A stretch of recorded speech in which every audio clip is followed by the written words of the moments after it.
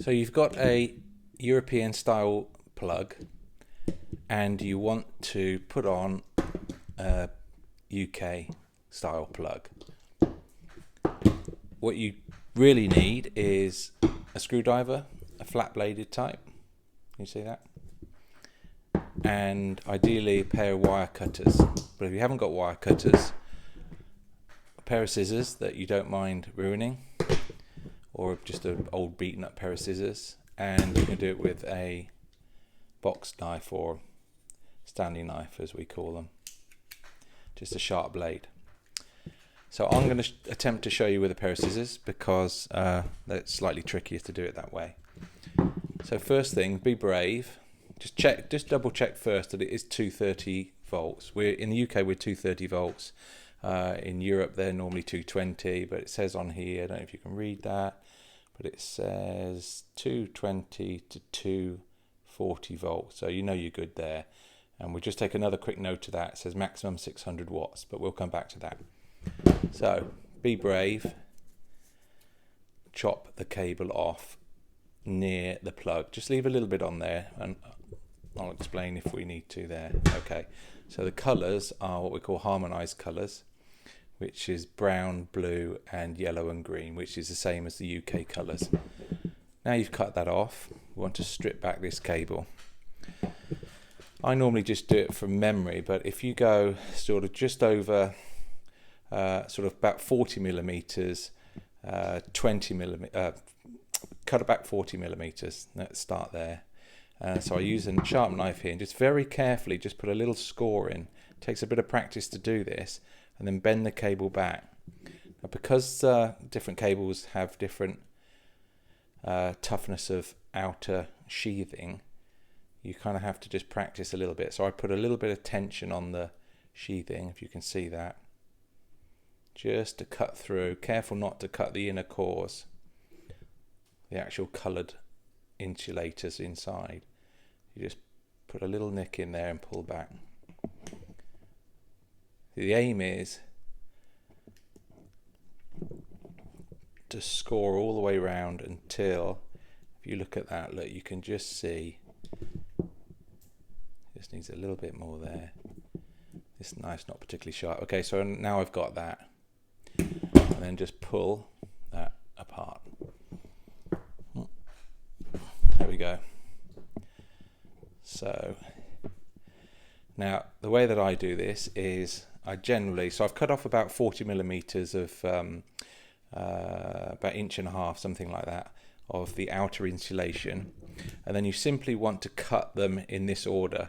So leave the yellow and green the same length, cut off the blue, you cut it in just about in half of the yellow one, and then the red just a little bit more than half of the red.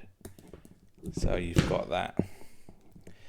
Next thing we need to do is we need to strip a little bit of copper, a little bit of the inner insulation off the end here, and it wants to be about 5 or 6 millimeters. It's not crucial, but you'll see what it looks like.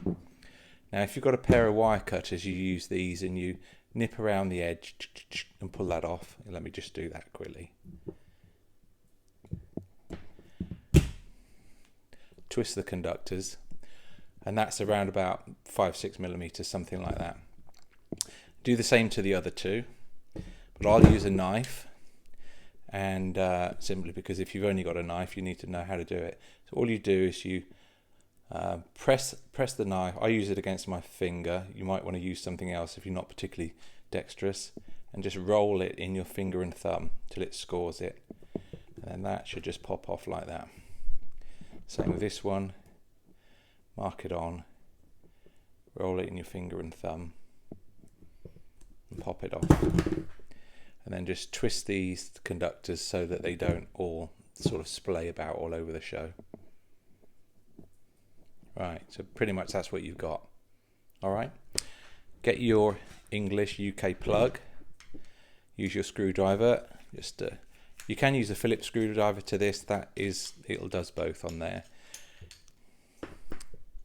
And you've got 3 terminals here. You've got your earth terminal, your neutral terminal and your live terminal, and they are marked on there. You can see the L there just in there, an N just in there, and if you look very carefully, an E there, and that's green and yellow, blue and brown. And you just make sure that you just back these little screws out so that you can see down inside the hole that it's clear. That's where your wire is going to go. So I tend to back all three out till there's enough space to get my cable in there. Now this has got a slightly different type of cable retention here. This is like a flexible, you see how they bend back. Well, this is quite easy because you literally just push the cable down into there. Some of them have two screws here and a little strap across, and you have to undo the screws, put the cable in, and then put the strap back across and put the screws in, and that just stops, that must bite onto the outer sheathing just to stop it from pulling out. So the way I like to do this is I like to go with my neutral first, and I just pop that one in there. Whatever works for you. So I pop the neutral in first, because it's kind of the wrong way really, it's kind of the opposite way, so I like to do that one first and nip that one up. Then I swing round and do my live, which is that brown one there, and just get the shape right, feed it in like that, not worrying too much about the cable retention at the moment. Nip that one up, then bring my earth round, pop that in there, use a screwdriver just to see him home, nip it up. And the cable retention on this type just literally pushes in. Okay, so that's what it should look like when you've finished and thereabouts. Okay,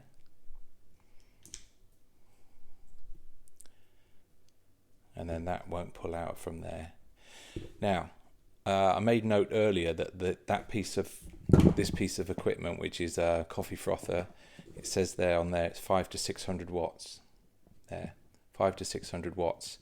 Now just divide that by 220, the higher value, which the 600, and it's basically less than 3.